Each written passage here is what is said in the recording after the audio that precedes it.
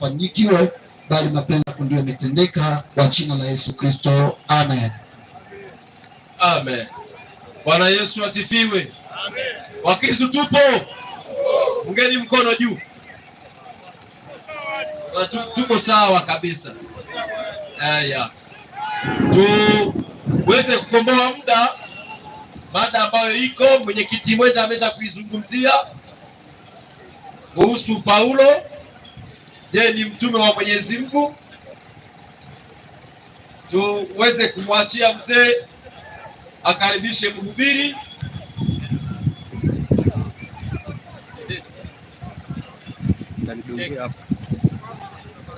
Ulianza jana. Wao ndio walianza, sisi ndio tunaanza leo.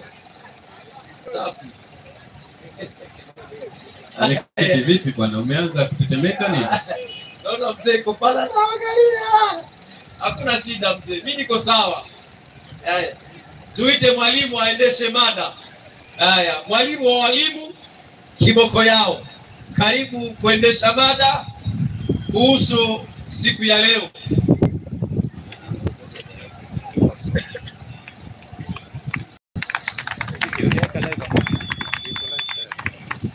Dakika 20.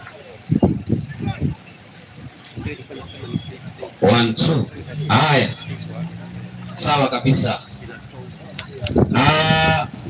Mabwana wenye viti, mabibi na mabwana na wote ambao wamefuatilia au wako katika uwanja huu, nikianzia na ndugu zangu katika imani wa Kristo, amani ya Bwana wetu Yesu Kristo pamoja na rehema na baraka zitokazo kwa Mungu Baba na kwa Bwana wetu Yesu Kristo ziweze kuwa pamoja nanyi na kwako pia. Na Waislamu pia nao nitawasalimia hamjambo. Leo mada ya leo ina kichwa cha mada, je, Paulo ni mtume wa Mungu?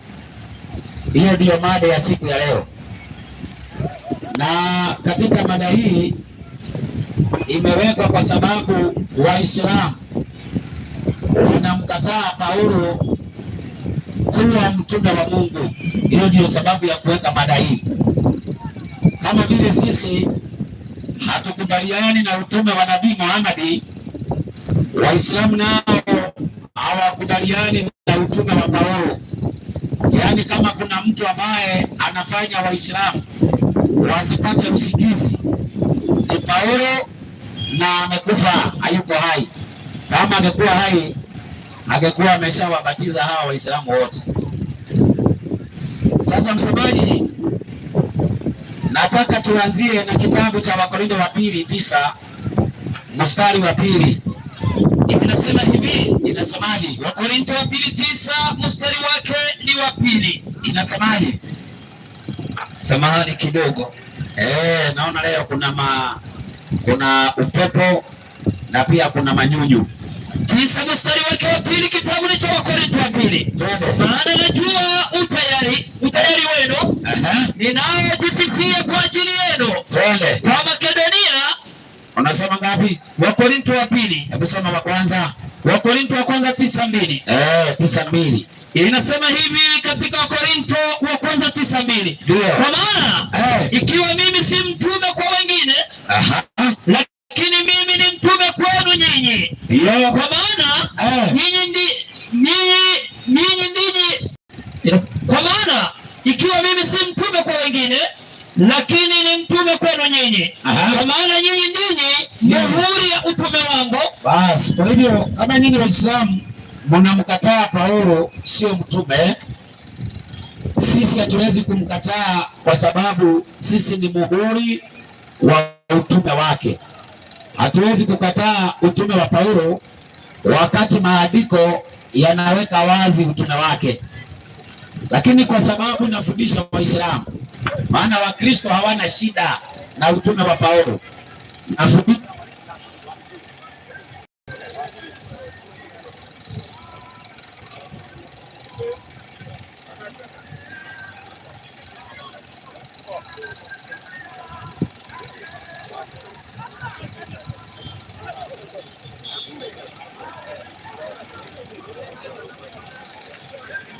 1 2. Kwa sababu walio na shida mwenyekiti, hiyo ndio iko na nguvu zaidi.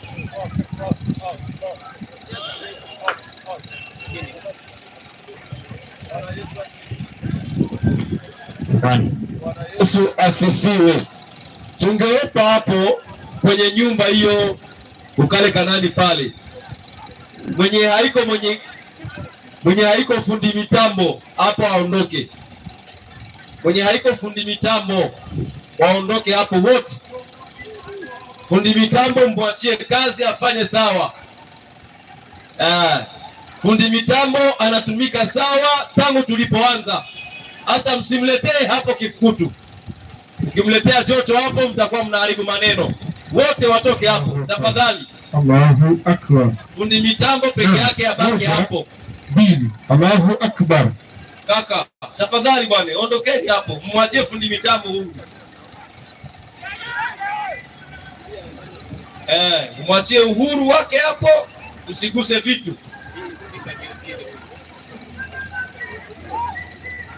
Fundi mitambo sawa? Salama yako iko? Aya. 1 2.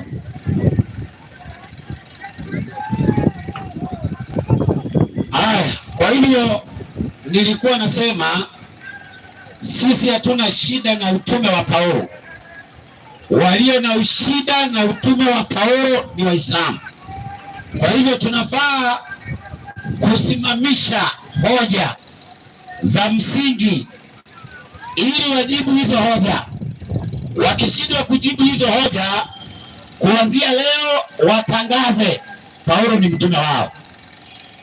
Kwanza, kitu cha kwanza katika imani ya Kiislamu, mitume ambaye Allah aliwatuma kulingana na imani ya Kiislamu ni mitume 100,000, inaitwa 1124.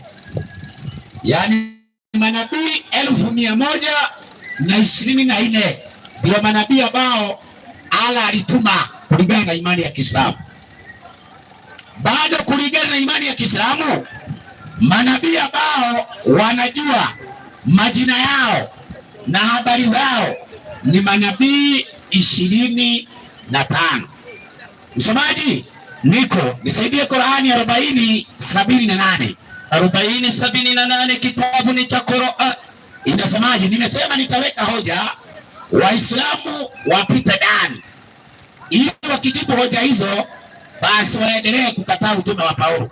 Zikiwashinda, kuanzia leo watangaze Paulo ni mtume wao. Soma tusikie. Na kwa yakini uliwatuma mitume kabla yako, wengine katika hao tumekusimulia majina yao, maliza, na habari zao, na wengine hatukukusimulia, na wengine hatukukusimulia, na hawakuwa mtume yote. Inatosha. Katika hiyo aya inasema mitume walitumwa, wengine majina yao Waislamu wanajua, lakini wengine Waislamu hawajui majina yao.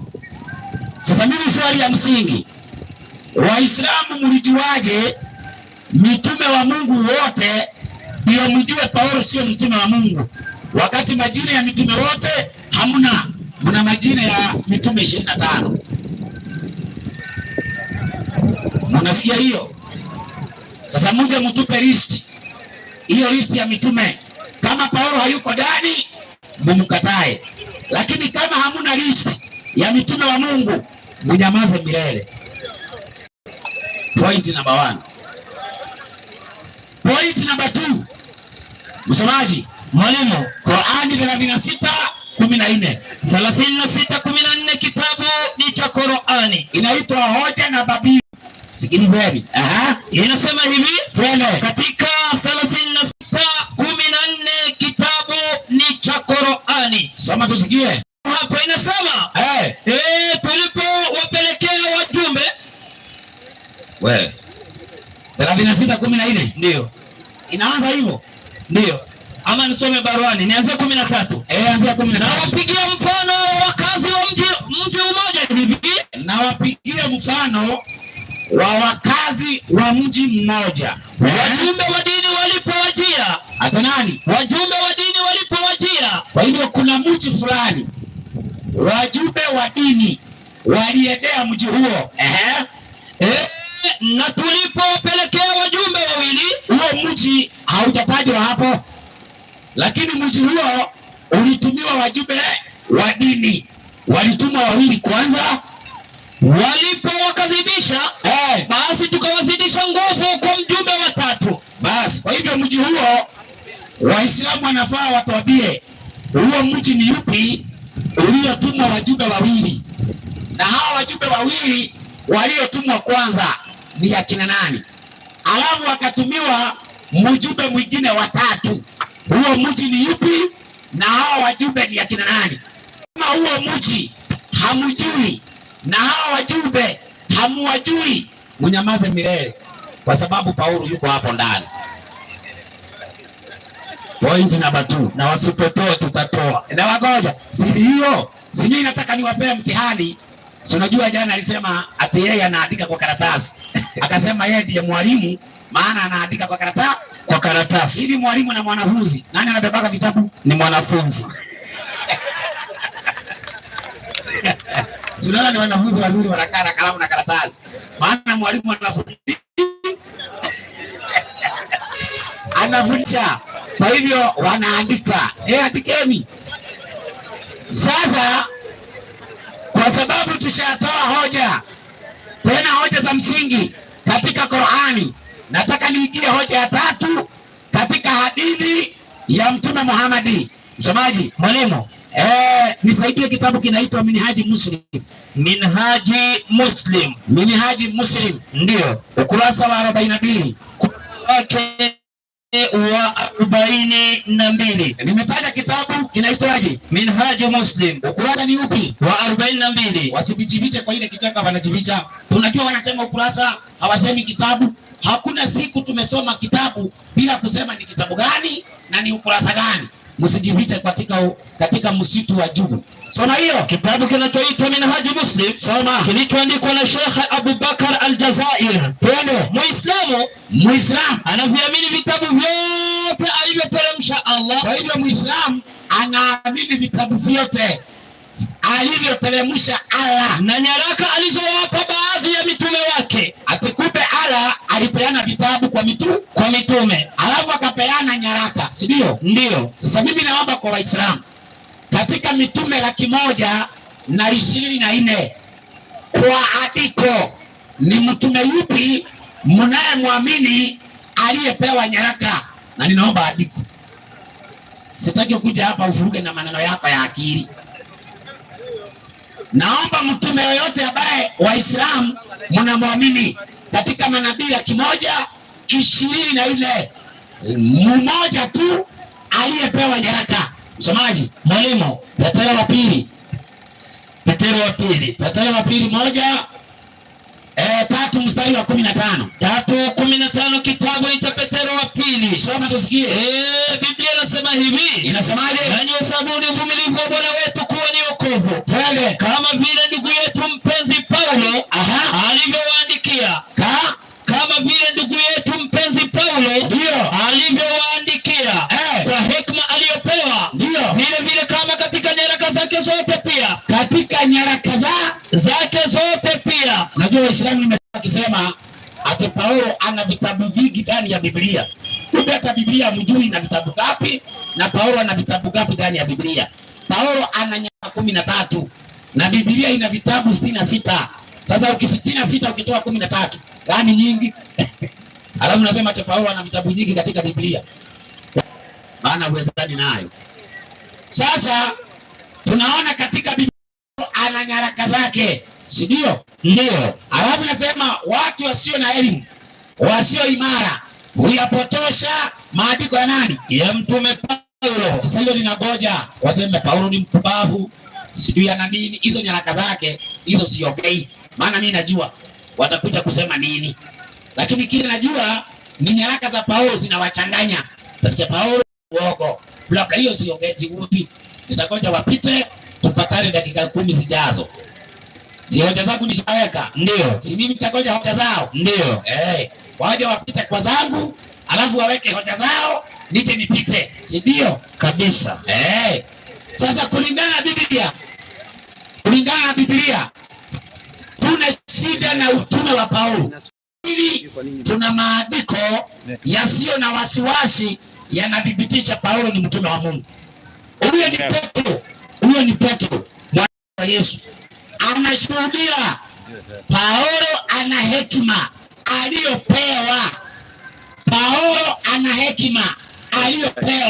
Na katika nyaraka zake yamo mambo ambayo ni vigumu kuelewa, na watu wasio na elimu, wasio imara huyapotoa kama wapotoavyo maandiko mengine. Kwa hivyo mwanafunzi wa Yesu hana shida na utume wa Paulo.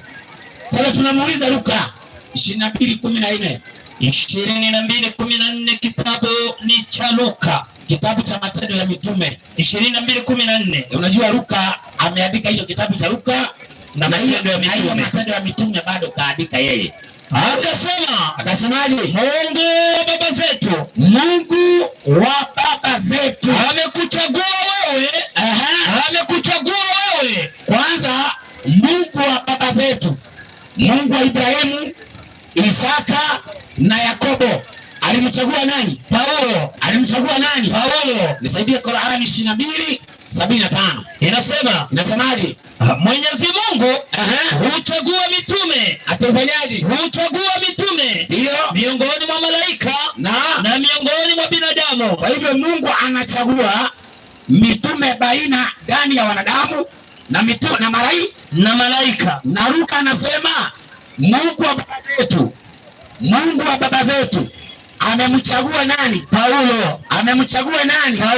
Sasa ni kitu gani kinaweza kuonyesha uhuru wa utume wake? Kweli amechaguliwa na Mungu. Ni nini kinasababisha? Tunamuuliza huyo Luka atuambie ni nini kinaonyesha Paulo ni mtume wa Mungu. Msomaji, mwalimu, naomba unisaidie kitabu cha Matendo ya Mitume 19 mstari wa 11. 19:11 kitabu ni cha Matendo ya Mitume. Soma tusikie. Mungu akafanya kwa mikono ya Paulo. Mungu akafanya kwa mikono ya Paulo miujiza ya kupita kawaida. Maliza. Hata wagonjwa wakaletewa leso na nguo zilizotoka mwilini mwake. Magonjwa yao yakawaondokea. Sasa hivi mimi naweza uliza, Mungu anawezaje kutumia nabii wa uongo anampa miujiza kupita kiasi? Hata ukiguza leso iliyotoka katika mwili wa Paulo unapona kama wewe ni mgonjwa, kitu ambaye kwa Muhammad hakuna, kitu ambaye kwa mtume Muhammad hakuna. Lakini sitaki kumwogelea yeye, maana mada haihusu yeye, mada ni Paulo. Kwa hivyo Paulo alifanya miujiza kupita kiasi, na ni Mungu alifanya miujiza hiyo kwa mikono ya nani? Ya Paulo. Kwa mikono ya nani? Ya Paulo. Basi sasa narudi kwa Waislamu tena, na usikiliza hoja zangu. Waislamu wana mitume 124,000. Mitume wanaojua ni 25. Hao wengine hawajui wala majina yao wala habari zao. Kwa hivyo hata elimu ya mitume hamuna. Ndugu zangu, mnatakana kuja hapa kwa Wakristo tuwafundishe. 16:43 Qur'ani. 16:43 kitabu ni cha Qur'ani. Soma. Inasema hivi. Inasemaje? Katika 16:43 kitabu ni cha Qur'ani. Soma tusikie. Inasema hivi 16:43. Inasema nasi hatukuwapeleka kuwa mitume kabla yako. Sasa hii Qur'ani inasema kuna mitume wengine waliotumwa kabla ya Muhammad, isipokuwa wanaume ambao tuliwafunulia wahi. Maliza. Basi waulizeni wenye kumbukumbu za vitabu vya Mwenyezi Mungu vya kale ikiwa nyinyi hamjui. Kumbe Allah alituma mitume. Wengine Waislamu wanajua, wengine hawajui, lakini wanaambiwa wale hawajui waulize mitume wa zamani. Wale wanasoma vitabu vya zamani, si ndio? Ndio. Si wanaambiwa waulize wanaosoma vitabu za zamani? Ndio. Watu ambao wanaitwa ahlul kitabu. watu wa vitabu, si ndio? Ndio. Chukua Qur'ani ya Noble Qur'an. Noble Qur'ani 471. 471. Ili tujue hawa watu wa kitabu ambao wanajua mitume, Waislamu waulize wao ni akina nani? Inasemaje? Oh, people of the scripture, nyinyi watu wa vitabu, Christians, wa Kristo. Hata nani? Christians. Kumbe watu wa vitabu ni nani? Wa Kristo. Na Waislamu kuna mitume hawajui. Waulize watu wa vitabu ni nani? Wa Kristo. Ni nani? Wa Kristo. Kumbe wa Kristo ndio wanajua mitume wa nani? Wa zamani. Lakini Waislamu wanajua 20 na ngapi? 25. Alafu ati wanakuja waseme Paulo si mtume. Mtajuaje na mitume hamna habari nao? Wadivai peke yake.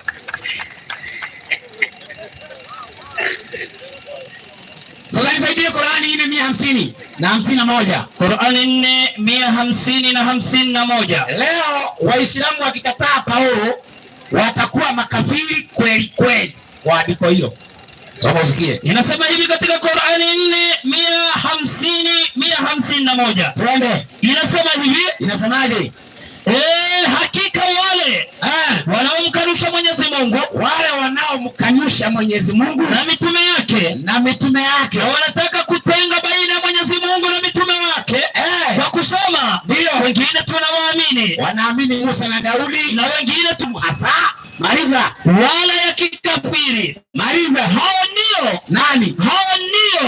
Makafiri kweli. Ati makafiri kweli. Kwa hivyo ukiona watu wanakataa Paulo, watakuwa nani? Makafiri kweli. Kwa hivyo akisimama tu Muislamu hapa aseme Paulo si mtume, ujue ni nani? Kafiri kweli. Sasa kama unataka kuwa kafiri, kuja useme Paulo si mtume, utajua huyu kafiri. Tutajua hiyo, maana maandiko yako wazi. Sasa maandiko gani yanayotutoa wasiwasi? Msomaji, mwalimu, tunaanza. Kitabu ni cha Tito 1:1. Tito 1:1. Biblia inasema hivi. Inasemaje? Katika kitabu cha Tito 1:1, Paulo. Ati nani? Paulo. Paulo. Mtume wa Mungu. Maliza. Na mtume wa Yesu Kristo. Na mtume wa nani? Wa Yesu Kristo. Kwa hivyo Paulo ni mtume wa nani? Wa Mungu. Na ni mtume wa nani? Wa Yesu Kristo. Ni mtume wa nani? Wa Mungu na Yesu Kristo. Sasa tunamuuliza Paulo, dakika zimeisha kama dakika zimeisha, na kujia dakika 10 iwe patashika, suruali kuchanika. Message sent. Bwana Yesu asifiwe. Walimu wa walimu. Haya. Leo hatupendi kupoteza muda kwa sababu unaona sina maneno mengi kabisa. Kuacha mwenyekiti mwenza kuweza kualika mhubiri wa Kiislamu kwa miniti zake 20 ili aweze kufikisha lile ambalo anaweza kuwa nalo. Karibu.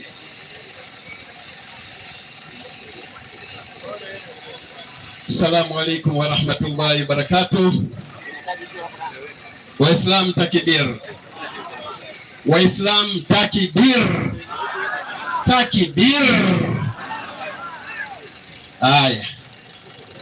Dakika 20 za mwalimu tumemsikia ametambaa kumthibitisha mzee Paulo. Lakini kule kwetu tunasema baniani mbaya kiatu chake dawa. Sio useme huu mtakuwa mnaujua huku Kongo. Mnaujua?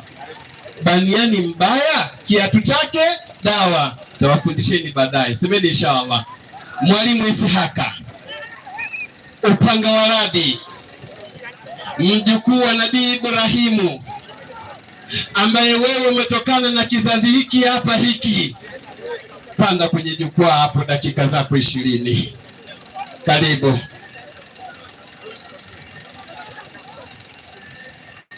Bismillahirrahmanirrahim. Assalamu alaikum wa rahmatullahi wa barakatuh. Wa alaikum assalam wa rahmatullahi wa barakatuh. Alhamdulillahi rabbil alamin. Sina budi kuweza kumshukuru Allah subhanahu wa ta'ala. Wassalatu wassalamu ala rasulillahi Muhammadin sallallahu alaihi wasallam. Nikizitaka ziada rehma na amani zimendeke kiongozi wa umma mtukufu wa daraja mboni yetu kipenzi chetu Nabii Muhammad sallallahu alaihi wasallam, pamoja na watu nyumbani mwake na masahaba zake na Uislamu wote kwa jumla. Allahumma amin. Amin. Waislamu, nimesimama hapa kwa furaha na shangwe, alafu nimwonee huruma mchungaji anayetegemewa kutoka Kenya akafika Kongo, aelewe kwamba Kongo ni kukongola na Bukavu ni pakavu. Kama umekuja Kongo lazima ukongoe elimu, ukizubaa wewe basi uelewa kwamba utakuwa umekuwa mkavu. Sasa ndugu yangu ameanza kusema kwamba kwa kunikosoa kwamba mwalimu anapokuja, kwa kuwa amenukuu mada ya jana niliposema kwamba nilipoandika kwenye karatasi ni kwa sababu mimi ni msomi. Akasema kwamba kati ya mwalimu na mwanafunzi nani anayekuja na kitabu na vitabu? Watu wakajibu mwanafunzi ndiye anayekuja na nini? Na vitabu. Tuulizane hivi karatasi na kitabu ni namna moja? Maana hata Kiswahili haelewi kitabu ni nini na karatasi ni nini. Alafu anasema bado huyu ni mwalimu. Maana hajatofautisha kitabu na karatasi. Ole wake, yeye ameshtuka, kumbe aliingia mlanga. Sasa jambo la pili, Waislamu, Bwana Ndacha ametusaidia kukamilisha mada za aina 3. Mada ya kwanza tulikuwa tumezungumzia Uislamu na Ukristo, ipi dini itakayowapeleka watu peponi. Andiko lake la mwisho anasema hivi: Muislamu wa kweli ni yule ambaye hana kupinga mitume na manabii. Kumbe Ndacha anafundisha watu kwamba Uislamu ni nini? Ni dini ya kweli. Uislamu ni dini gani? Dini ya mitume na manabii. Kwa hiyo kama unapinga Uislamu, maana yake utakataa mitume na manabii. Na ukakubali Uislamu na kubali mitume na manabii. Wangapi wanamkubali Nabii Muhammad? Mikono juu. Unaona makafiri ndio hao wenye kukataa mitume na manabii hao. Maana alichokisema yeye mwenyewe kwanza amejipiga vita, na pili akasema kwamba kwa kutafuta utume wa Paulo aliona kwamba hana hoja kwenye Biblia. Akakumbuka kwamba kuna mada ya Qur'an na Biblia, kipi kitabu cha kuongoza watu? Ikabidi atafute utume wa Paulo ndani ya Qur'ani. Maana aliona kwamba Qur'ani ndio inamtosheleza yeye kupata utume wa Paulo. Maskini ya Mungu alikuwa hajaelewa Qur'ani vizuri, ndio maana bado anahatahata. Mada ya 3 ilikuwa Muhammad nani wa kufuatwa?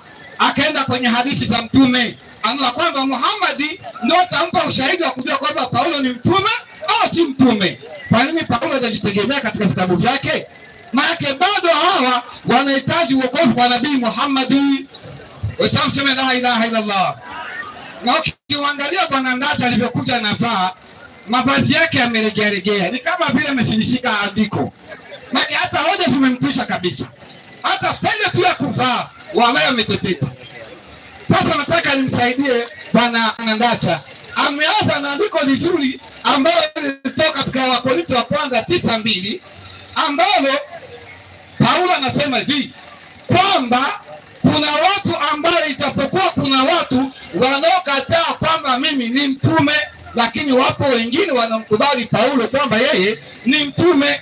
Haya maneno aliyosema Paulo mwenyewe alikuwa na majibu katika Wakorintho wa kwanza 9:15. Naam, 9:15 inasema au 15:9.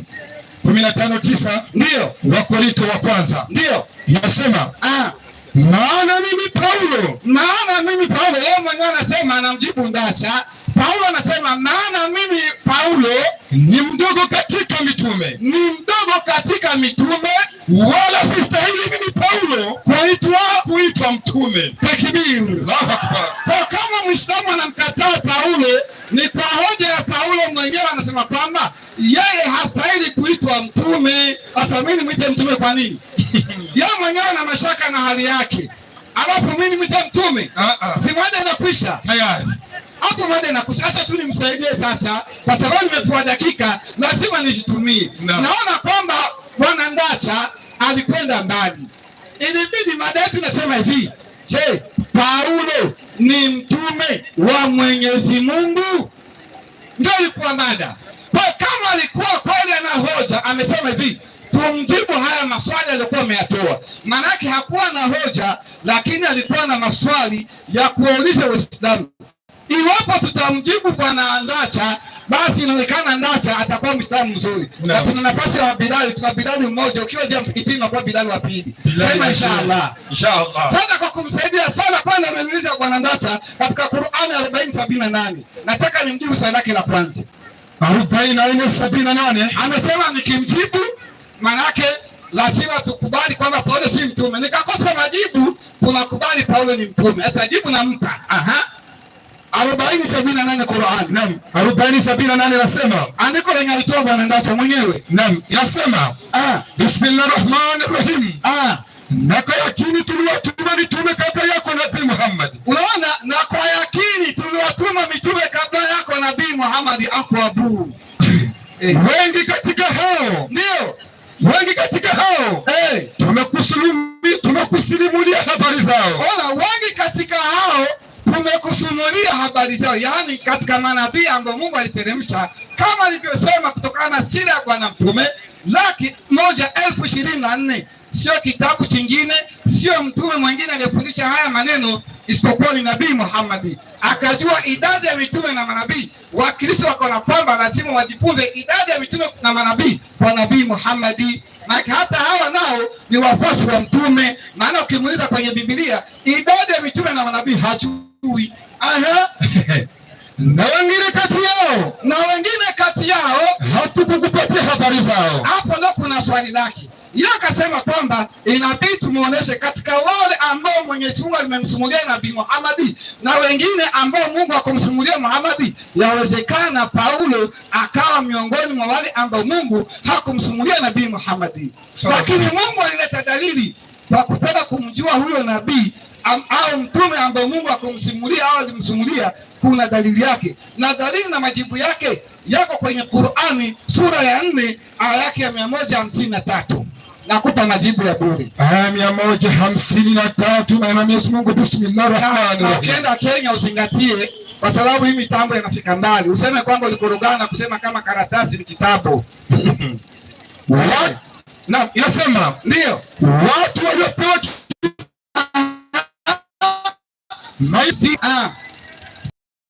wahai kama tulivyopelekea Nuhu. Unaona, tumekuletea wahai kama tulivyompelekea Nuhu na manabii wengine baada yake huyo Nuhu. Endelea.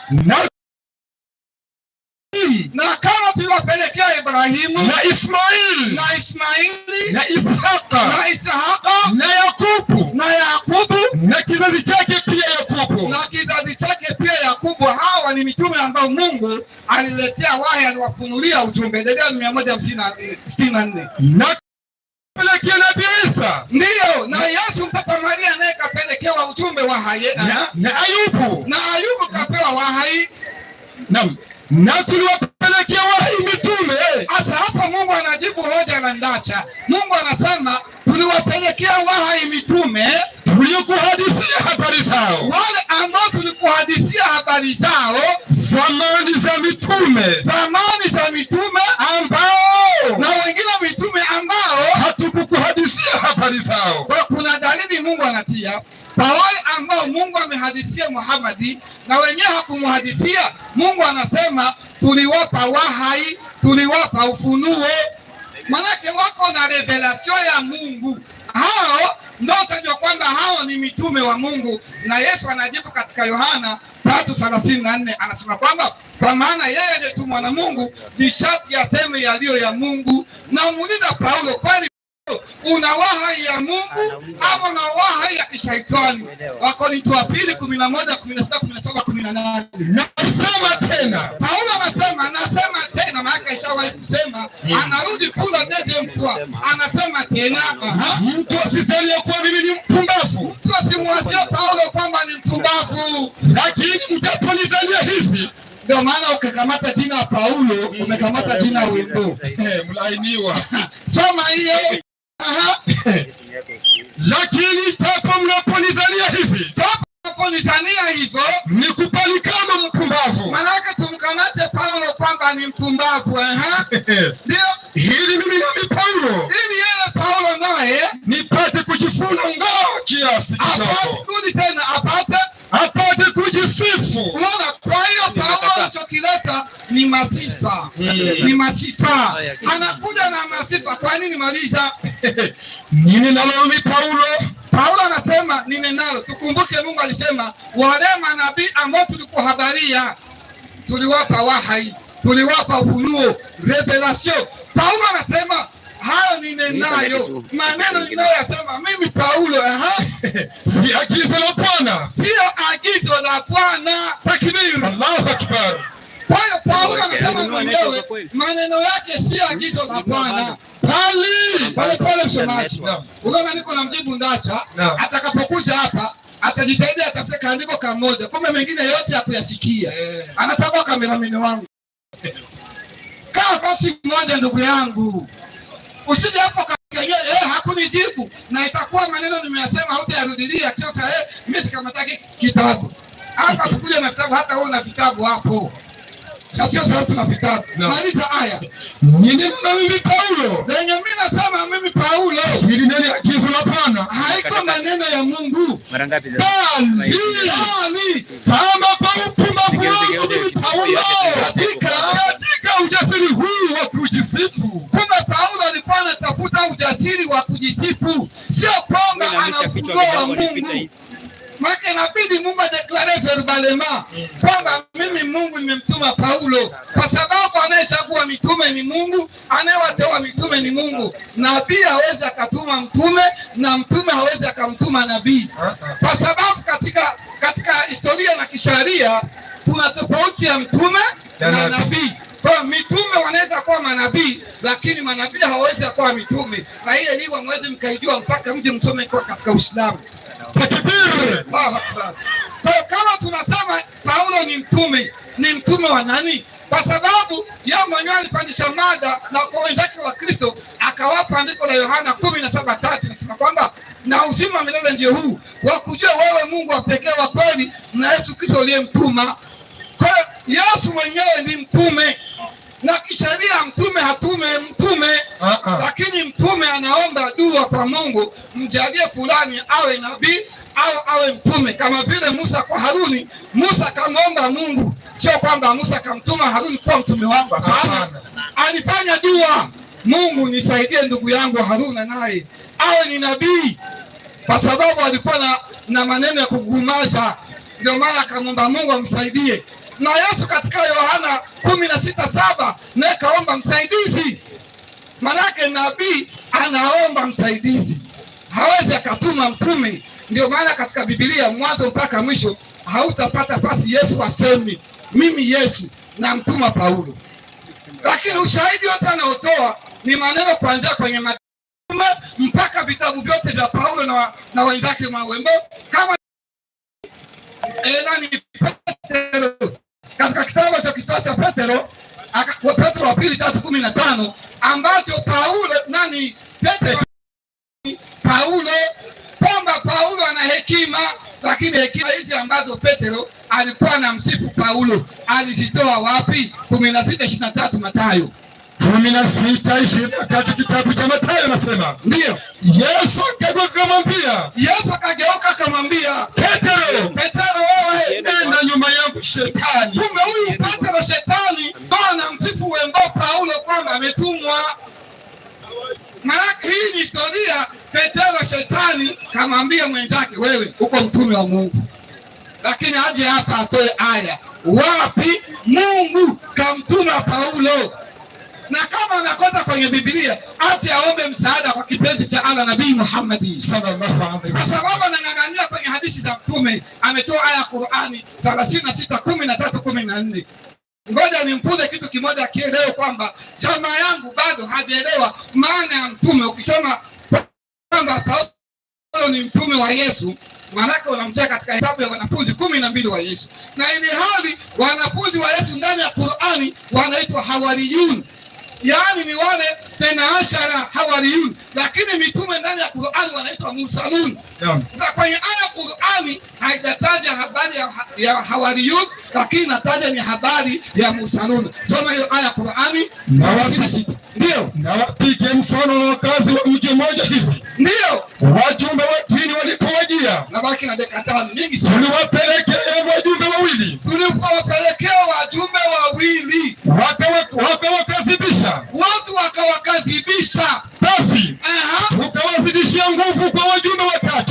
akawazidishia nguvu kwa wajumbe watatu, na hapo ndio kunatengeneza swali lake, hiyo mji ni mji gani? Wale wajumbe ni wajumbe gani? Na wale watatu ni mjumbe gani aliongezewa? Wakawaambia, subiri kidogo. Kwa hiyo Ndacha alikuwa anakata hii andiko kwa kutaka kukoroga kwamba hapa yawezekana kuna Paulo, kwa sababu kuna habari ya Antiokia ya Paulo na Barnaba walipokwenda Antiokia katika Matendo 11:26. Paulo anakwenda Antiokia, huko akakaa kwa muda wa mwaka mzima, akawafundisha watu wengi na wanafunzi waliitwa Wakristo. Kwa historia kukutana ndani ya akili kwamba huyo sio Paulo. Hawa mitume wanasemewa hapo, kwanza waliuawa, pili huyo mji umelaaniwa. Maana huyo mji ambako Mungu alikuwa anazungumzia, huyo mji hauexiste kwa sababu uliadhibiwa. Na wale mitume walipigwa nao wakauawa, wa kwanza na wa pili mpaka watatu. Paulo na Barnaba wamekwenda Antiokia, walipokelewa, wakafundisha watu, wakaaminiwa. Maana historia ileta ndani ya Qur'ani ni mashariki na magharibi. Waislamu takbir. Allahu Akbar. Maliza aya. Wakawaambia, kwa yakini sisi tumetumwa kwenu. Unaona hawa wanakuja wajumbe wawili wasema kwamba kwa yakini sisi tumetumwa kwenu. Wakasema, nyinyi si chochote ila ni watu kama sisi. Unaona watu wa mjini waliwakataa, lakini Paulo na Barnaba Antiokia walikubaliwa. Lakini hawa wamekataliwa. Atuambia Antiokia Paulo alikataliwa au alikubaliwa? Hata kufananisha ndugu yangu. Ndio maana bado leta wengine walimu, mjikusanye. Labda haka kichwa kadogo mnaweza mtakatikisa hata kwenye nywele, lakini kwa hivi hambandue. Wala Mwenyezi Mungu mwingi wa rehema ndio hakuteremsha chochote. Wale watu wakasema kwamba Mwenyezi Mungu wa rehema hakuteremsha chochote, nyinyi mnasema uongo tu. Wakawakataa kwamba wanasema uongo. Endelea kwenye aya. Wakasema, ndio Mola wetu anajua bila shaka kuwa sisi tumetumwa kwenu. Wale watu wakangangania kwamba Mwenyezi Mungu anajua kwamba sisi tumetumwa kwenu. Endelea. Wala hapana juu yetu ila kufikishia ujumbe wetu tu. Watu wazi. Wale manabii wakabembeleza, wale mitume wakabembeleza, tumetumwa na Mungu ili kuwafikishia ujumbe. Malisha. Wakasema, ndio hakika sisi tunakurufika kwa ajili yenu. Ndio kama hamtaacha kusema haya, ndio mnayasema ya kutuvuta katika dini yetu, ndio tutakupigani kwa mawe. Hawa watu wakaahidiwa kwamba watapigiwa mawe, watauawa. Kisha ni kirefu kaendelea mpaka aya 25. Watu hao waliuawa, hata yule watatu akauawa. Mungu akaja kaangamiza mji huo. Takbir. Antiokia ametoaje hapo pale? Sasa kwa kumsaidia akatoa Qur'ani 16:43 akasema kwamba wale ambao walipewa kumbukumbu za zamani, yaani Wakristo, tuwaulize. Mungu aliposema hivyo alisema tuwaulize hawa wakina Ndacha au ni Wakristo wa aina gani? 10:94 Qur'ani 10:94 Mwenyezi Mungu sikia watu wenye Mungu alisema tuwaulize, sio hawa. Na Ndacha ana kwenye mada, wapi Mungu kamtuma Paulo? Paulo imekutuma. Na kama unaoshaka juu ya hayo tunakuteremshia, Mungu anamwambia Muhammad, kama unaoshaka, ukisoma kwenye Qur'an sura ya 20 aya ya kwanza, Mungu anasema Muhammad hauna shaka. Basi waulize wale wasoma vitabu kabla yako. Waulize wale waliosoma vitabu kabla yako. Mayahudi na Manasara waliofanya nini? Wale Mayahudi na Manasara waliofanya nini? Waliosilimu. Takbir. Hata wote muuliza, mtu anakwenda tena karatasi. Mungu anasema wale waliosilimu hao ndio wenyewe tuulize. Na hajasilimu, kama anataka tumuulize aje atoe shahada, sema kwamba anakubali Mungu mmoja na Muhammad kwa ni mtume. Sasa anauliza Paulo, wewe kwani Paulo Yesu ndio amekutuma? Matendo 26:9 haraka 26:9 ndio Matendo Mitume. Kama kwani Paulo kweli ni mwenyewe Paulo, mimi mwenyewe Paulo, naliona neno si yangu ya kwamba yamenipasa kutenda mambo mengi kabisa, yani yaliyopingamana na jina lake Yesu wa Nazareti. Mashaallah, shukrani. Waislamu takbir. Waislamu takbir. Jambo la kwanza, mhubiri wangu kuna neno amelirudia mara 5, mimi nilikuwa sijui maana yake. Lakini sasa hivi ndo mwenyekiti kwa ananiambia mimi si mtu wa Bukavu wala sielewi maana yake. Alisema neno wembo, mimi sijui kitu gani. lakini yeye ananiambia kwa lugha ya kukavu ni yule aliyepungukiwa na akili. Kwa hiyo lugha kama hizi sisi tulisema kwenye mihadhara yetu zisitumiki. Sijui tunaelewana. Ningejua maana yake mimi kabla ningemsimamisha, nilikuwa sijui. Yeye ndo ameniambia. Shukran. Naam, nafikiri kutokana na muda tunakimbizana na hali ya hewa ilivyo, nimwombe tu mwenyekiti mwenza amkaribishe aliyetoa mada kwamba amerizika na majibu aliyopewa kutokana na mhubiri wa Kiislamu au bado hajarizika, kwa sababu baadaye atakuja kumalizia kwenye dakika 10 inshallah. Karibu ndugu yangu. Bwana Yesu asifiwe. Unaona, mdahalo huu ni mdahalo wa amani kabisa. Tena ni mdahalo wa nini? Wa amani. Tunaomba walimu wote watumie usemi uliokuwa mzuri.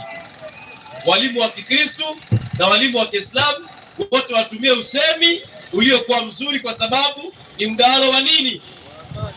Pamoja na mzee hapa tunamshukuru, ambaye mwenyekiti mwenza inawezekana leo kizunguzungu kimemkuta. Sasa ameachia mwingine tena, naye ni mstaarabu. Nawapenda sana kabisa wazee wangu. Ni wachungaji wazuri. Kesho Mungu atafanya kwa wachungaji wazuri, watatengeneza kanisa kwa bidii yao hii. Watakuwa wachungaji wazuri kabisa. Basi tuache walimu kwa dakika 10 seme kama aweze kuja kukosoa muda wa summarize. Karibu. Walimu wa walimu. Haya, kwanza kitu cha kwanza upanga wa radi, nafikiri ya kwamba hoja unatakikana kufundishwa namna zinavyojibiwa, maana hiyo ni kitu naona hujui. Waona gani kujibu hoja ni kuongea kwingi. Mimi nilishakwambia wewe ni mwanafunzi, kwa sababu wewe una mahali pa kuandikia. Sasa wewe ukasema nimesema kitabu na ni karatasi. Kwani kitabu hakikuwagi na makaratasi ndani? Waona vingine ukichukua kitabu na andika chote, si unaandika tu kwa karatasi kamoja. Si ni vile tu umechukua karatasi ukatoa kwa kitabu. Sasa wewe una mahali pa kuandikia. Alafu nikaweka hoja ya kwanza, sikiliza upanga wa radi, ya kwamba kulingana na Uislamu manabii ni 124 na manabii ambao mnajua habari zao ni manabii 25. Nikauliza, mulipata wapi majina ya manabii ndio mkajua Paulo hayuko ndani? Hiyo kwanza hujaguza.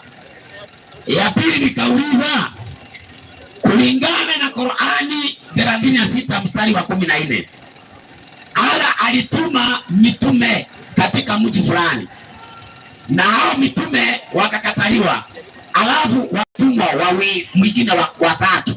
Nikauliza, mji na hao waliotumwa ni akina nani? Hujasema mji ni upi na hujasema waliotumwa ni akina nani, kumaanisha hujui. Alafu kauliza ya mwisho, nikatoa hadithi ya Mtume Muhammad ya kwamba kuna vitabu waliopewa mitume na kuna nyaraka waliopewa baadhi yao. Nikauliza, kwa mujibu wa Uislamu mna mitume wangapi walio na nyaraka kama sio Paulo hukugusa? Sasa mimi nataka nikuonyeshe kitu. Msomaji, mwalimu, nisukulie hadithi ya Mtume Muhammad Abdul wal-Marjani. Ndio. Katika hadithi yake 1712 inasema, ndio hadithi ya Abdullah ibn Amri safi. Alisema, nilimsikia mtume akisemaje? Hakika Allah hachukui elimu kwa kung'oa toka katika nyoyo za waja, lakini anachukua elimu kwa kuwafisha wanazuoni. Yani katika Uislamu watakufa wasomi, wanachuoni watakufa mpaka kutafika wakati ndio hakutabakia hapa mwanachuoni mmoja. Watu wataweka viongozi wajinga ambao ndio watakuwa wanaulizwa masala ya dini na watatoa majibu bila ujuzi. Watapotea na watapoteza. Sasa hii hadithi inaweza ikawa imetimia kwa upanga wa radi, na ninataka niitimize kwa upanga wa radi. Upanga wa radi awe anawapinga wanachuoni wa Kiislamu. Sasa leo upanga wa radi atuambie, kati yeye na wanachuoni wa Kiislamu tumwamini nani? Sasa hiyo nitakuja hapo nionyeshe, lakini akasema mimi nasoma Qur'ani kwani nataka Qur'ani nitetee. Qur'ani 5:25 5:25, kwa sababu Qur'ani ni hadithi za zamani. Tunaona maneno ya Paulo yanapatikana katika Qur'ani kwa sababu Qur'ani imenukuu hadithi za zamani. Soma tusikie. Inasema hivi katika 5:25 kitabu ni cha Qur'ani. Twende.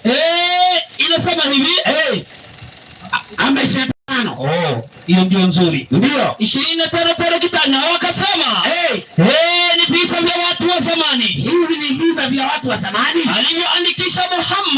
alivyoandikisha Muhammadi. Kwani mwenyewe hajui kuandika wala kusoma. Kumbe Muhammad aliandika visa vya watu wa zamani. Tunaona habari za Paulo ziko wapi? Ndani ya Qur'ani. Maana ni visa vya watu wa zamani. Hiyo ndio ile kitu ambaye hao walimu wa Kiislamu hawajui. Sasa msomaji, mwalimu, ninaomba kuuliza wanachuoni wa Kiislamu. Ndio. Katika mji huo waliotumwa watu wawili. Ndio. Alafu wakatumwa mwingine watatu. Ndio. Mji huo ulikuwa upi? Kwanza nichukulia Qur'ani tafsiri al-Muhsin al-Barwani. Hiyo 36:14, soma commentary yake. 36:14. Wanachuoni wa Kiislamu ametafsiri Qur'ani inayotumika East and Central Africa. Huyu ana Qur'ani hata ametafsiri. Soma tusikie. Inasema hivi. Ndio. Baadhi ya wafasiri wa Kiislamu wanasemaje? Mji huo ni Antiochia. Kumbe mji ulikuwa huu nani? Antiochia. Yeye alimuuliza mji, alijibu? Hakujibu. Lakini wanachuoni wa Kiislamu wanasema mji ni Antiochia. Sasa tunamuuliza msomi wa Kiislamu anaitwa Ibn Kathir. Ibn Kathir atuambie hawa watu waliokuwa ndani walitumwa katika mji huo walikuwa akina nani? Hiyo aya katika tafsiri ya Ibn Kathir tunasoma katika tafsiri al-Azim. Twende. Anasema kwanza ndio maimamu waliosema mji ni Antiochia. Wa kwanza anaitwa Ibn Qatada, Ibn Abbas, ndio, na Abu Fidai ambaye ndiye Ibn Kathir. Maliza. Anasemaje? Fa'azzazna bi thalithi, tukawazidishia nguvu kwa watatu. Maliza. Inasema ndio ismu thalithu, na jina ya watatu. Ndio. Wa ismu thalithu, na jina ya mtume watatu. Ndio. Paulus. Ati nani? Paulus. Kumbe Ibn Kathir anasema mji ni Antiochia. Ndio. Na mtume watatu aliyetumwa anaitwaje? Paulo. Inaendelea kusema wa innaha, na mji mwenyewe wa innaha, na mji mwenyewe innaha madinatun Antiochia. Ati nini? Hakika ni mji wa Antiochia. Kumbe mji ulikuwa nani? Antiochia. Na mitume ule watatu alikuwa nani? Alikuwa atasoma peke yao. Paulo. Alikuwa Paulo ndio. Hivyo wanachuoni wa Kiislamu wakuja wachukue. Chukueni ile kitabu. Watajua kusoma Qur'ani. Wapeleke wao wenyewe watasoma. Wanafikiri yule anajua kusoma Kiarabu. Wapelekee hiyo. Pita ndani kama ya kidume. Mji ni Antiochia na huyo alikuwa ni Paulo. Maji. Akasoma nyaraka za Paulo. Ndio. Akasema Paulo anasema ni mpumbavu na haneni maneno ya nani? Ya Paulo. Haneni maneno ya Mungu. Ndio. Wakorintho wa pili 11 anzia 17. Wakorintho wa pili 11:7. Kuna maneno niliwaambia mapema. Maneno ya Paulo Waislamu hawezi kuelewa. Soma usikie. Inasema hivi katika Wakorintho wa pili 11 mstari wake ni wa 7. 17.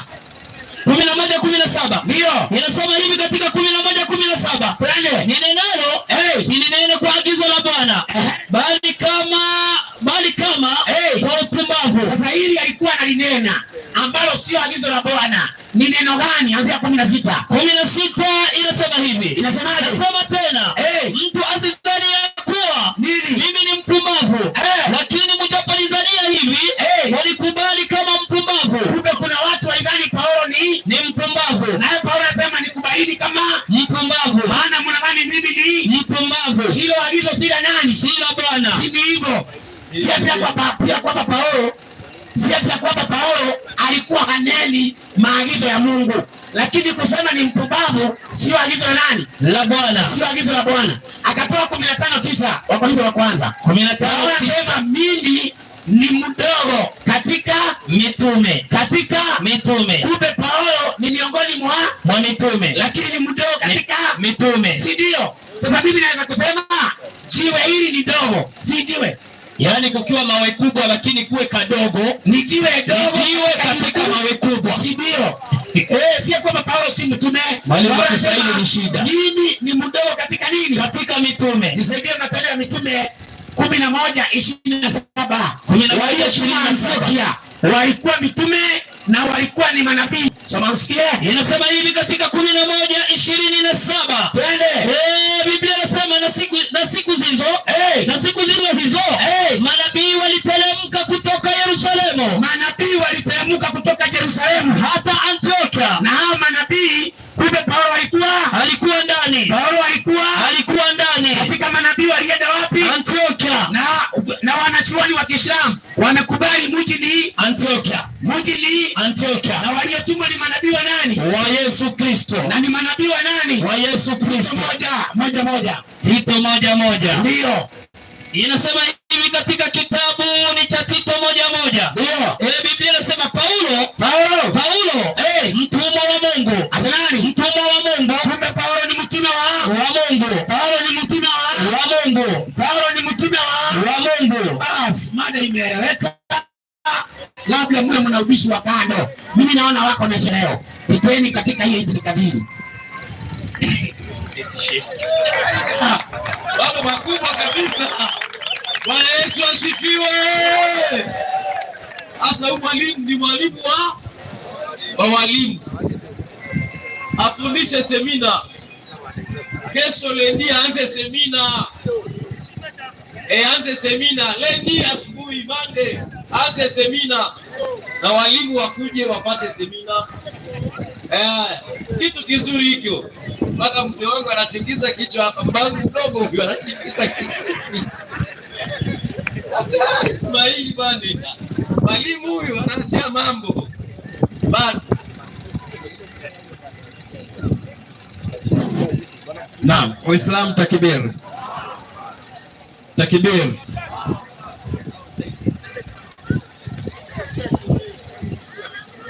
Naam, Waislamu takbir. Raha sio raha. Unajua mwenyekiti mwenza aliniambia hata mshike wangu hapa anatingisha kichwa. Mimi natingisha kichwa kwa sababu nilisema baniani mbaya kiatu chake dawa.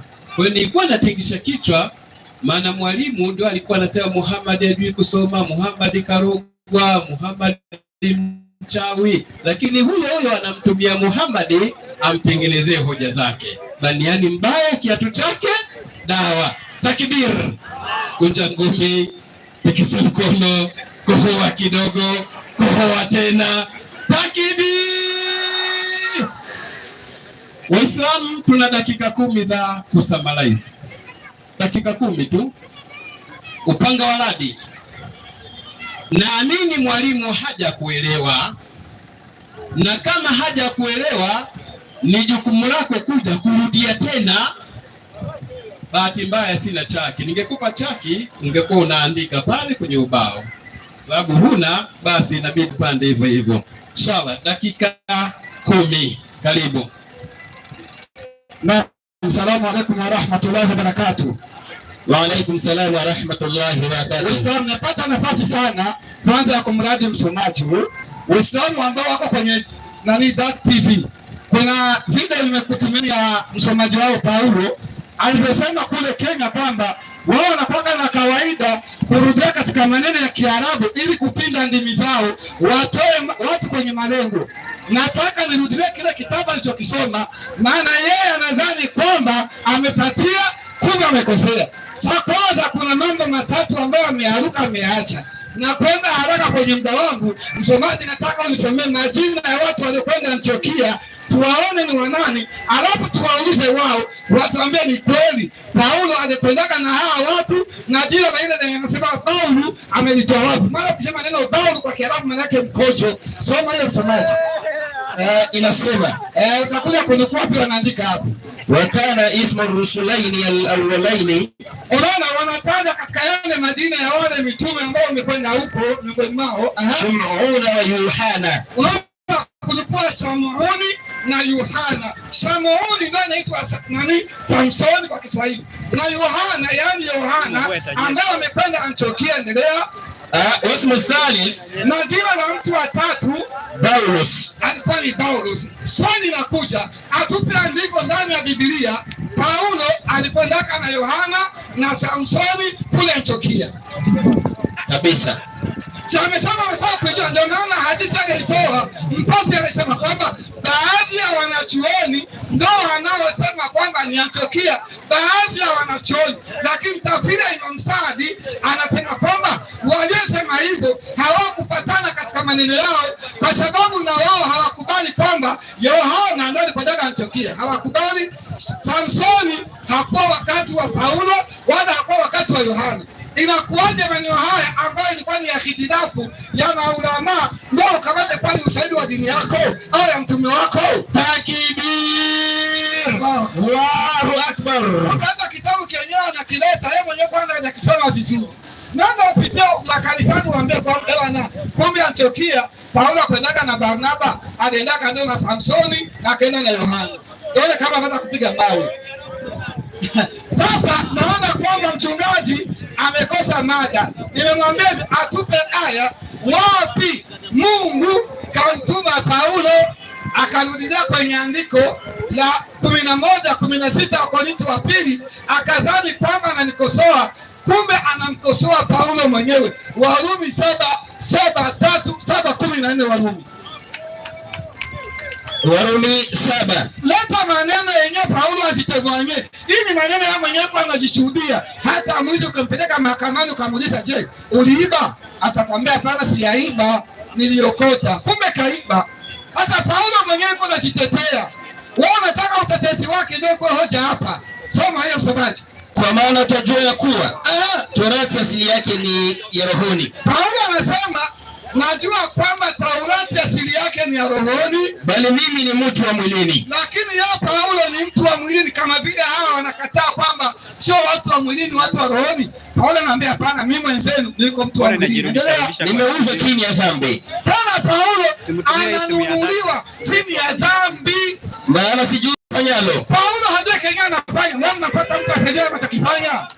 Kwa sababu lile nilipendalo silitendi. Na yeye Paulo anapenda, yeye halitendi, akijua kwamba haki ni ya kweli, yeye itekeleze yake. Endelea. Bali lile nilichukialo ndilo ninalotenda. Lakini lile yeye anachukia, anajua kwamba kuzini ni mbaya, ndio yeye anapenda anadobe. Lakini kama nikilitenda lile nisilolipenda, lakini kama nikilitenda lile nisilolipenda, na ikiri ile sheria ya kuwa ni njema, anajua kuwa hiyo sheria ni njema. Endelea. Basi sasa mimi nafsi yangu, sio mimi nafsi yangu, mimi Paulo, mimi nafsi yangu inayotenda hilo, bali ni ile dhambi ikayo ndani yangu. Kumbe dhambi ndio inakaa ndani ya Paulo, inampa akili ya kusema kwamba eti yeye ni mtume wa Mungu na ni dhambi ndio anafanya. Hakuna kwenye Mungu kamtuma Paulo abadan. Waingereza wanasema never again, Waarabu wanasema la yumkin, haiwezekani Mungu amtume Paulo. Maliza haya. 18 nasema, ndio kwa maana najua ya kuwa ndani yake Paulo anajua ya kwamba funuliwa Paulo tena anafunuliwa na nani? Kwa wingi wa mafunuo mwili wake nilipewa mwiba, mjumbe wa shetani. Na ndio maana anasumbuliwa, akasema kwamba ye Paulo kuwa ni mtume, hali ya kwamba Paulo si mtume. Naenda katika andiko lake alilitoa. Yeye akasema kwamba ndani ya Qur'ani mnapatikana habari za Paulo kwa sababu ni hadithi za zamani. Sasa nataka msomaji, hiyo aya Qur'ani amechanganyikiwa. Hii imetoa ndani ya buku, imetoa ndani ya kitabu. Soma hiyo msomaji. Hapo mwenyekiti wao eti wembo, maana yake mtu asiyekuwa na akili. Wao nipataje kwenye kamusi? Kamusi gani nasema hivi? Msomaji usiingize chuki kwa watu. Sisi tunajua neno wembo. Amjua dictionary wa wembo ni KCD. Ni visa vya watu wa zamani yalivyotendeka. Anzia yake ya 4, maana tunajua kwamba hawa wenyewe wanatukana Qur'an. Anasema wale waliokufuru. Hayakuwa haya aliyokuja nayo Muhammad. Maki wale waliokufuru wakakataa maneno ya Mungu, ndio anasema kwamba hayakuwa haya aliyokuja nayo Muhammad, ila ni uzushi aliyouzua. Unaona, ila siri. Toa. Nitoe siri. Kwa nini Bwana Ndasha na timu yake wanamtetea Paulo kuwa ni mtume? Timotheo wa kwanza moja na wakia mmoja. Kukabidhi agizo hili Na kukabidhi agizo hili liwe akiba kwa ajili ya maneno ya unabii yaliyotangulia juu yako. Neno 20 haraka 20 nasema katika hao ambao Paulo ametoa amempa shetani watu hao kana kufundisha mtu simtukane Mungu. Haiwezekani. Lakini Kanana akasema kwamba nawapa wakizo kufundisha na nani? Na shetani. Sasa wapi Paulo ametumwa na Mungu? Hilo ndio swali dume. Hilo ndio swali dume. Swali dume ni hilo. 10. Tikisa mkono wako, kohoa kidogo, kohoa tena kwa kibia. Mwalimu Abubakari, kilichoulizwa ndicho kilichojibiwa. Asalamu alaykum wa rahmatullah. Nilimfuata mchungaji kwa makini sana. Ni kweli. Na akaahidi kama katika Biblia ziko nyaraka ambao ndio za Paulo ndio zinathibitisha kapewa na Mungu kama utume wake. Mimi nafikiri mchungaji haujasoma vizuri. Nyaraka za waliokuwa naandikia anamtumia Tito, sio wewe. Na mmetufundisha tabia mbaya kusoma alafu waraka zote ziko kwa Wakorinto, Wakolosai, wa Tesalonike hivyo. Na kama barua asili yake Waislamu, barua asili yake inaanza kwa salamu, inamalizika kwa ujumbe. Timotheo wa pili 1:2. Timotheo wa pili 1:2. Timotheo wa pili 1:2. Ndio inasemaje? Naam, inasema ndio kwa Timotheo na rehema na amani zitokazo kwa Mungu Baba na kwa Yesu Kristo Bwana wetu. Anamtumia Timotheo barua, anamtolea salamu. Maneno ya Mungu haya. Nenda hiyo Timotheo wa pili 4:13. Alafu nitauliza swali langu. Inasema ndio vile joko nikotoa ndio ujapo lileta Mwambia ukija unileteni, nilisahau vitabu vya ngozi. Nauliza swali. Salamu. Kwa sababu hata muda wa dakika 3 haukuisha. Nikiweza se. Haleluya. Na Bwana Yesu asifiwe. Pepea juu. Yesu. Wakristo wako hodari, hata mvua ipige namna gani, tupo hapo tu. Walimu wa Kiislamu amesema wemo ni tembe yao ya KCD. KCD na alikuwa anaitumia, na ukitaka kwa kutukana kama vile anitoache fujo. Mwenye akili nisimamishe mwalimu kuja kujibu swali. Karibu kwa dakika 5.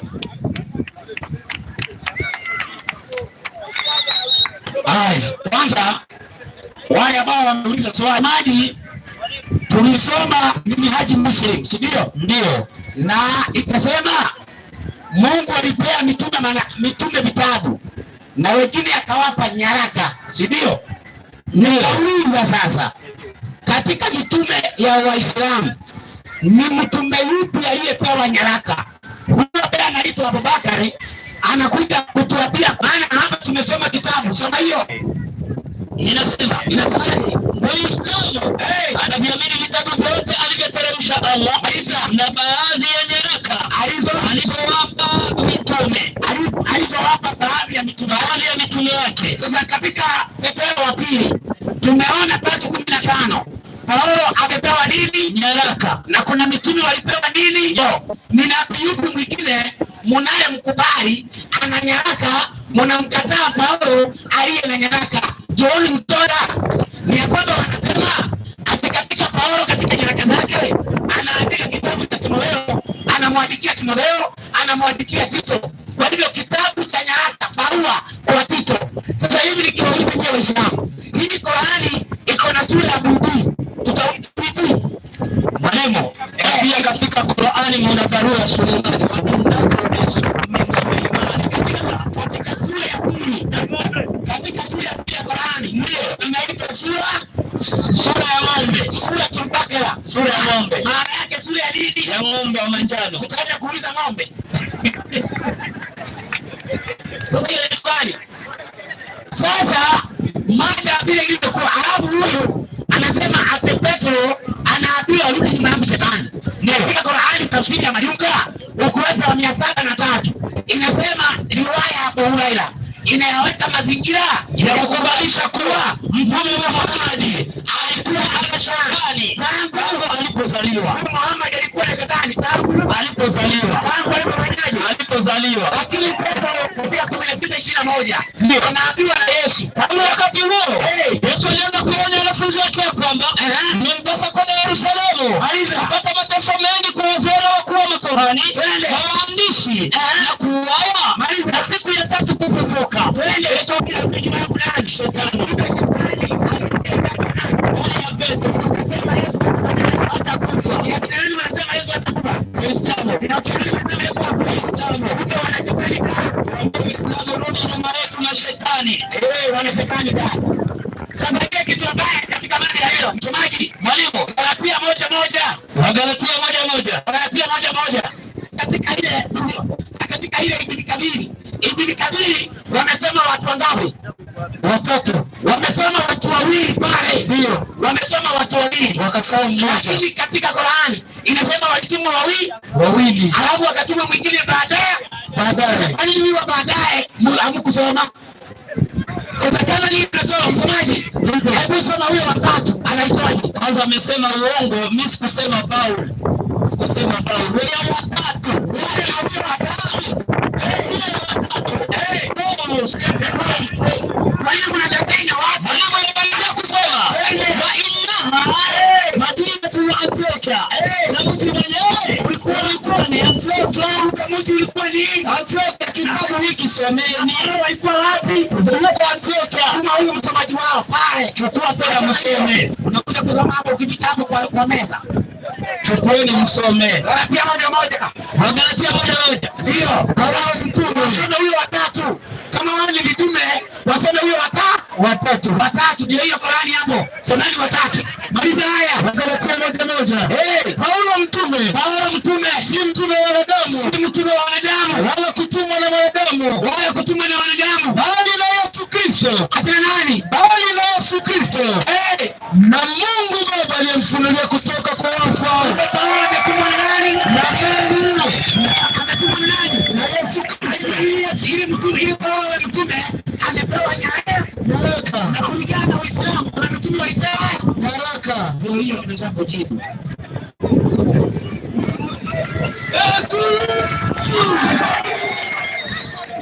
Yesu asifiwe.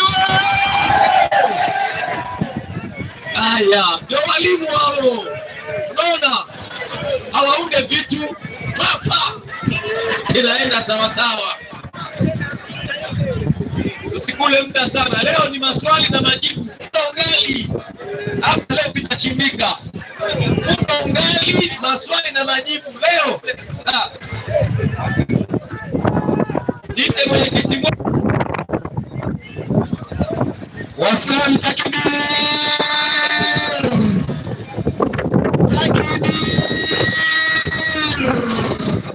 Islam raha. Paulo kapewa kitabu gani?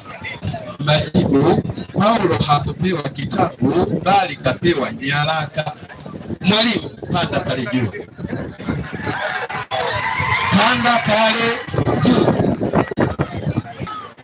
Naam. Mimi nilifikiri kama ndugu yangu atakuja lau basi jina la hilo waraka. Jina la hilo waraka inaitwaje? Unaona kwenye angalia. Takbir! Allahu Akbar. Wao walisania kwamba wachukue yale maneno ya Paulo ya kuandikia watu. Mimi nilikuwa mwazi. Aliandikiwa Tito, hakubisha. Aliandikiwa Timotheo, hakubisha. Alikariri kama ni kweli aliwaandikia hawa. Sasa hiyo ndio waraka Mungu alimpa. Baada yake waraka wa Paulo unaitwa Tito au Timotheo ungesema. Alafu nikutengeneze vizuri. Unajua kwa nini waliyachomeka ndani ya Biblia? Waliyachomeka ndani ya Biblia kwa sababu kile ni kitabu kisichokuwa na mwelekeo na kisichokuwa na mwenyewe. Ndio maana wakachomeka mle ndani. Na ndio maana unakuta kama hicho kitabu Biblia kinaishia jina kwenye jalada, hakiwezi kupata andiko linashuhudia Biblia. Kitabu cha Mungu ili Paulo awe mtume katika nyaraka zake kwenye kitabu hicho. Hivi Wakristo mnajua kwa nini neno Biblia liko kwenye jalada na haliwezi kuwa ndani ya maandiko? Mnajua Wakristo? Hawajui. Hamjui? Hawajui kabisa. Waliokusanya walikuwa na maana gani? Biblia ina herufi 6. Ina B, ina I, ina B, ina L, ina I, ina A. Herufi 6. Maana yake nini? Ndio maana Mungu hatambui. B, barua zilizokusanywa. I, iliandikwa sehemu ikabaki. B, barua zisizo kamili. L, laiti ingelikuwa kamili. I, isingelipimana. A, aluli bila kuuliza. Takbir. Islamu kunja ngumi. Koroa kidogo. Takbir. Ndio maana hakina mwelekeo. Maana yake nini andiko? Hii maana yake nini andiko? Nitawapa sisi maprofesa. Kwa kumalizia ni kwamba Paulo hana kitabu, Paulo sio mtume. Andiko analotoa wapi? Mungu kasema Paulo mtume wangu. Paulo ndo anasema mimi Paulo mtume wa Mungu. Wapi Mungu kampa utume? Kwenye aya gani? Paulo sio mtume. Na ndio maana Biblia mpaka siku zote Waislamu haitapataga mtume wala haina mwenyewe wala Mungu haijui wala wallahi wabilahi watallahi na wapieni mbele ya Mungu hakuna mtume yeyote anajua kitabu kinaitwa Biblia. Hata Paulo alitaja kitabu cha Biblia. Unaona unavyoniangalia? Kwa sababu vitabu vyote vimetajwa.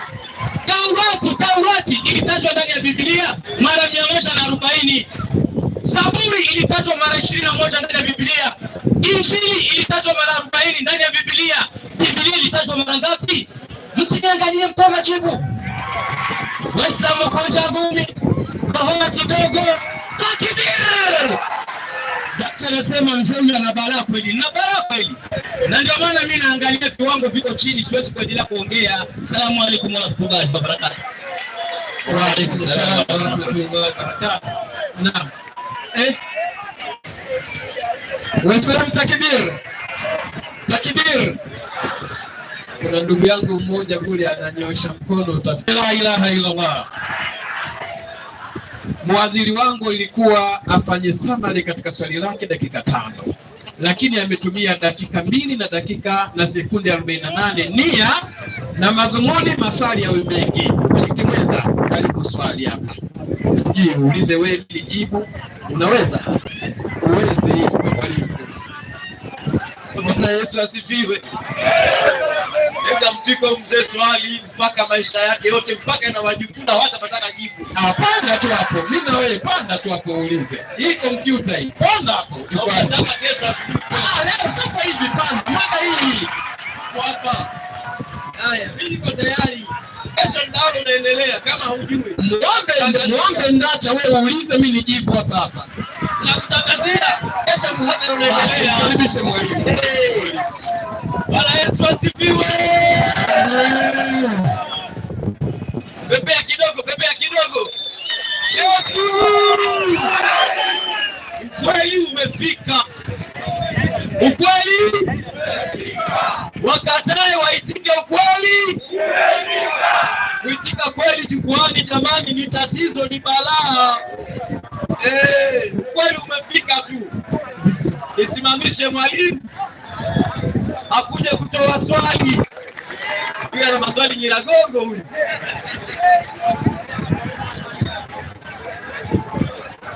Dakika 3. Bwana Yesu asifiwe. Amen.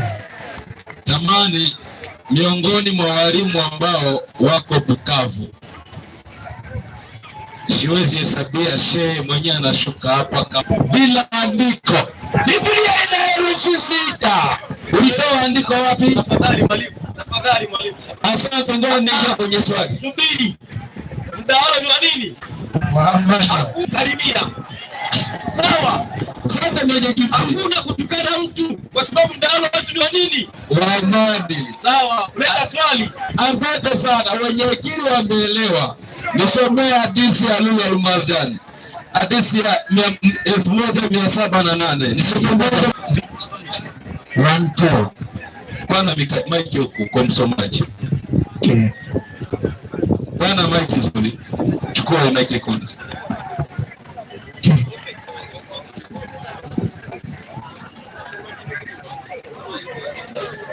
Somea una change pile.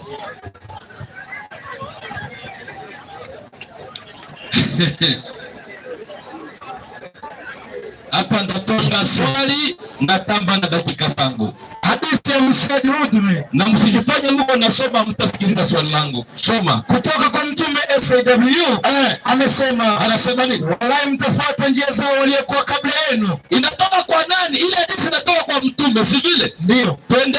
Wallahi mtazifuata njia za watu waliokuwa kabla yenu. Shubiri kwa shubiri. Hasira kwa hasira. Kiasi kuwa hata kama utaingia katika shimo la mulukenge, unawakusudia Mayahudi na Wakristo. Unawakusudia Mayahudi na Wakristo. Akasema kumbe ni nani? Kumbe Muhammad anaagiza hao Waislamu wafuate Mayahudi na wanani? Na Wakristo. Sasa ile maneno nayauliza, hiyo ni kweli Muhammad alisema? Hiyo utakuwa uangalie. Swali langu, kuanzia kitabu cha Mwanzo mpaka kitabu cha Ufunuo, muna aya moja inayosema Paulo ni mtume? Unasikia moja? Ndio. Swali, katika kitabu cha Mwanzo, Biblia nzima Mwanzo mpaka Ufunuo, kuna aya moja inayosema Paulo ni mtume? Ndio. Hapana. Ndio swali hiyo tu. Sasa sikiliza msomaji, nataka na dakika zangu. Qur'ani 4 150. Qur'ani 150. Nipe tu ufafanuzi kwa sababu mwalimu ameshaipitia. 150 inasema, sikiliza, Waislamu wanaamini manabii wote, mitume wote. Soma haraka. Adamu Mwenyezi Mungu alimkiri kuwa ni mtume wa Adamu Mwenyezi Mungu. Sikiliza hii spende. Alimkiri kuwa ni mtume wake. Na wewe unakataa kumwamini. Kama Wayahudi wanavyokataa Nabii Isa. Ndio. Na Nasara pamoja na Mayahudi wanamkataa Nabii Muhammad. Sawa, basi inakuwa ukafiri. Shuka. Waislamu wanakiri mitume wa haki wote waliokuja kabla ya mtume Nabii Muhammad. Hapa ujiulize, Paulo alikuwa mbele ya Muhammad, alikuwa nyuma ya Muhammad? Mbele. Alikuwa namna gani? Mbele. Alikuwa mbele ya nini? Ya Muhammad. Sasa kama alikuwa na Waislamu wanakiri manabii wote walikuwa mbele ya Muhammad. Shuka. Basi Muislamu wanaokubali watume hao na Mwenyezi Mungu wote kama anavyobainisha Mwenyezi Mungu katika Qur'ani, na wanakataa wale waliokataa Mwenyezi Mungu katika Qur'ani, hao si mtume wake. Muda unatimia. Sasa aya moja tu ndani ya Biblia. Je, kuna aya inasema Paulo ni mtume? Bwana Yesu asifiwe. Tunapinga mwenyekiti juzi na jana alikuwa asema Waislamu wako kimya, waanza kupiga fujo. Yaani mwenyekiti mzee, unaona wanakupinga kabisa, wanasema heshima yako yote wanaweka chini kwenye udongo. Asifiwe. Mvua imeisha, wenye kwa ndani atoke waende huku pembeni. Tuache wenye vyombo pale, tuache amani. Wenye vyombo, wafundi mitambo wanafanya kazi mzuri, tena waondoke. Tafadhali wazee waliokuwa huko tunawaheshimu sana, tunawaheshimu kabisa, lakini mwenye sio wa fundi wa mitambo aondoke hapo. Hapo sawa? Sawa. Wawachie tu.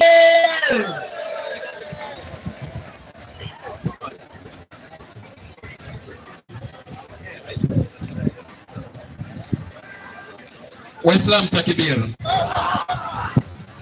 Waislamu takbir. Waislamu rasi au raha? Kunja ngumi kidogo. Kohoa mkono wako, kohoa kidogo. Kohoa tena. Takbir. Mwenyekiti mwenza, unajua Waislamu walikuwa wanafikiria, sasa wanafikiria swali linakuja kitabu cha Mwanzo mpaka Ufunuo. Ipo aya inasema Paulo ni mtume.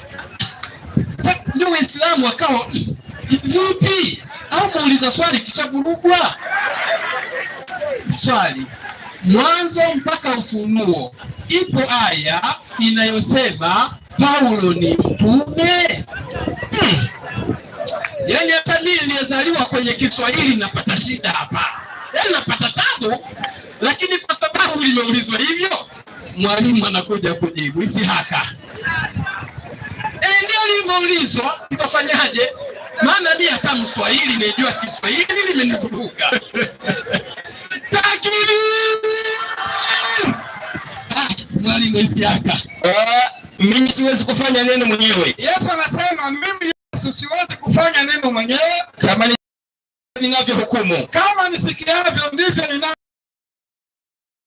Yesu anasema mimi Yesu nikijishuhudia mwenyewe ushuhuda wangu si kweli, lakini yuko mwingine anayenishuhudia, nami najua ya kuwa ushuhuda wake anaonishuhudia ni kweli. Yesu anasema kuna mwingine ananishuhudia, yule anayenishuhudia ushuhuda wake ndio kweli. Ili ndani ya Biblia mpatikane kwamba Paulo ni mtume, inabapa akisema sijajibu ndani ya Biblia tuseme.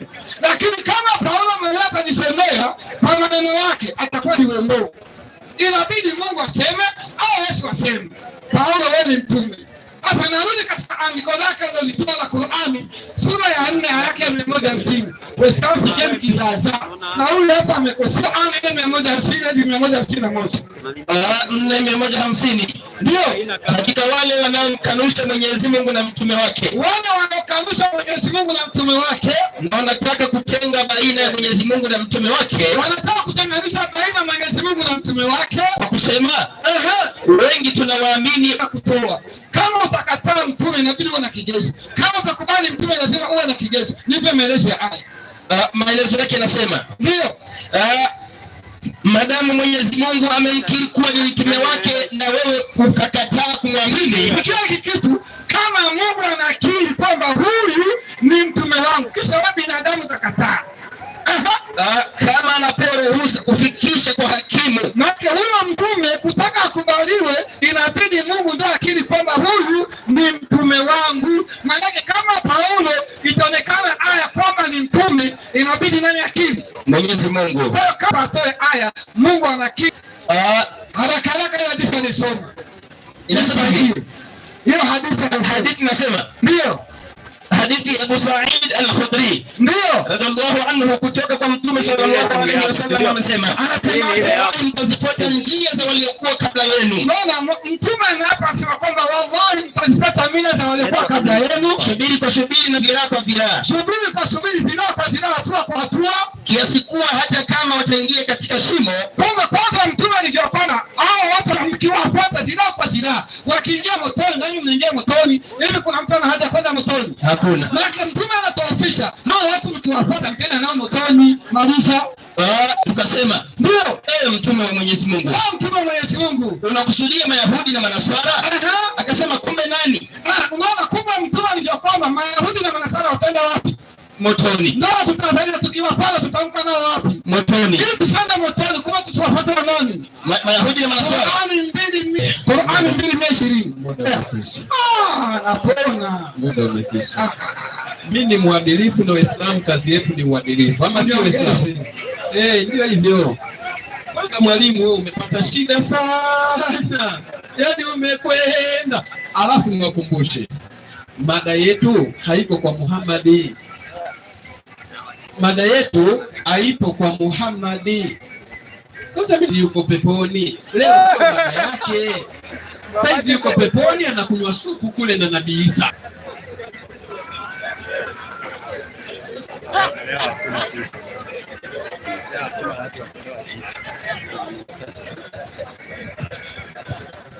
Waislamu takbir. Takbir. Kwa hivyo mwalimu amekwenda kujibu lile swala. Yeye mafundi mitambo tunulieni kipili. Ye vipi? Wewe kwanza fundi mitambo nani hapo? Baadaye muhadhara ukisha nionyeshe vyeti vyako. mbona maiki zinakatakata? Naam. Mwalimu kamaliza kujibu swali dakika zake 5.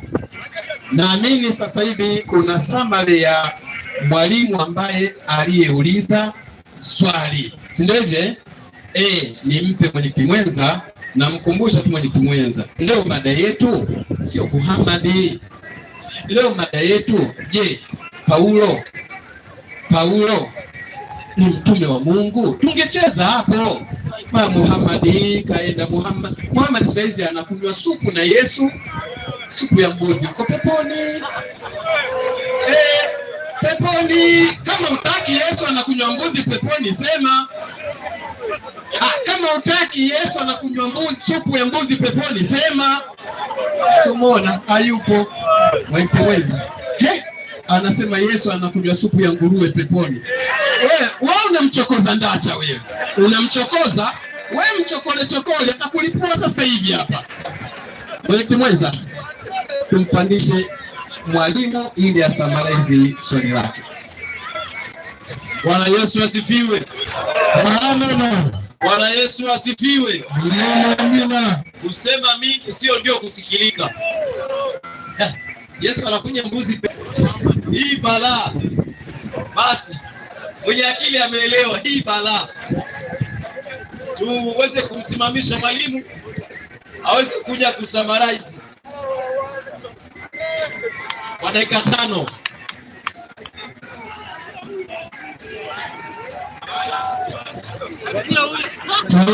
Anakwenda kujitetea. Bwana Yesu asifiwe. Milele amina. Nilikaa kimya, lakini nimegundua hawa walimu wa Kiislamu ambao wameleta hapa bado ni wanafunzi, na kwa sababu ni wanafunzi na sisi ndio walimu, lazima tuwafunze.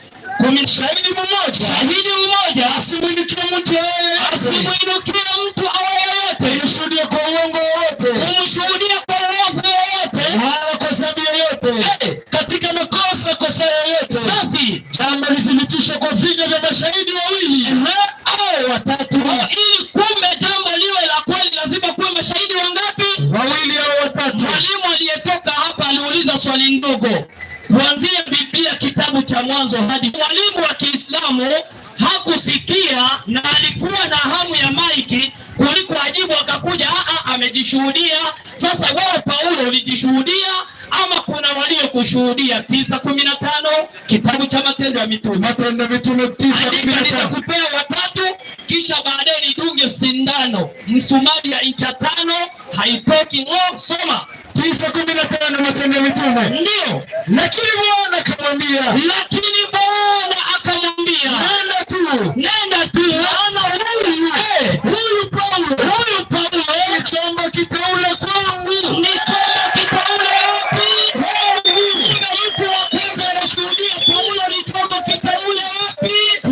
Shahidi wa pili aliyeshuhudia Paulo 3:15. Petro wa pili 3:15. Shahidi wa pili aliyeshuhudia, soma, nanyi mhesabuni uvumilivu wa Bwana wetu Yesu Kristo. Huyo ni Petro anasema, nanyi hesabuni uvumilivu wa Bwana wetu kuwa ni wokovu.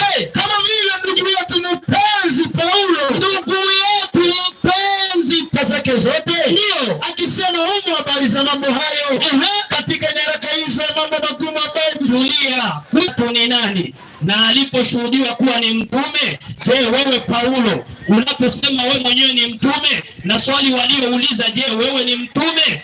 Toa Tito 1:1 wa Mungu ndio na mtume wa Yesu Kristo. Kumbe Paulo mtumwa wa Mungu na mtumwa wa nani? Wa Yesu Kristo. Swali lilikuwa tunauliza, kuna andiko Paulo ni nani? Ni mtume. 3:1-2 kitabu ni cha Matendo ya Mitume. 3:1-2 ndio. Na walipokuwa kifunga na kutumikia Bwana, Roho wa Bwana akasema,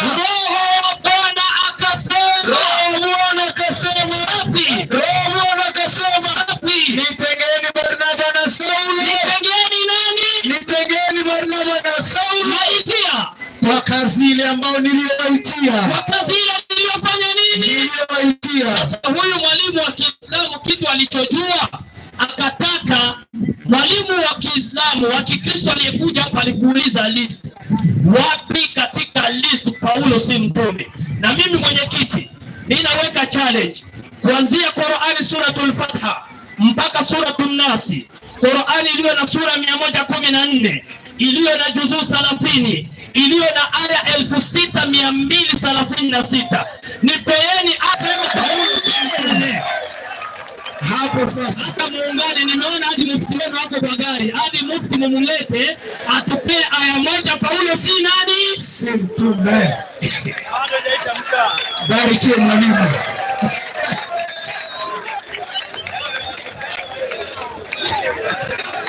Hiyo imefika. Bwana Yesu asifiwe. Bwana Yesu asifiwe. Ikiingia dawa inafika vizuri. Bwana Yesu asifiwe. Yesu. Dawa imefika kweli kabisa. Hiki ni kidonge kikubwa. Utaona Mungu. Yesu. Niliwaambia tangu jana, tangu tulipoanza, mdahalo ni wa amani na ni wa elimu.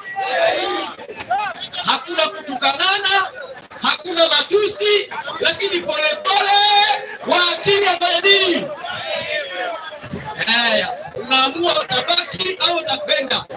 Ukikwenda kwa sababu ya tisa ninakuona. Bwana Yesu asifiwe. Sawa. Tuite Pastor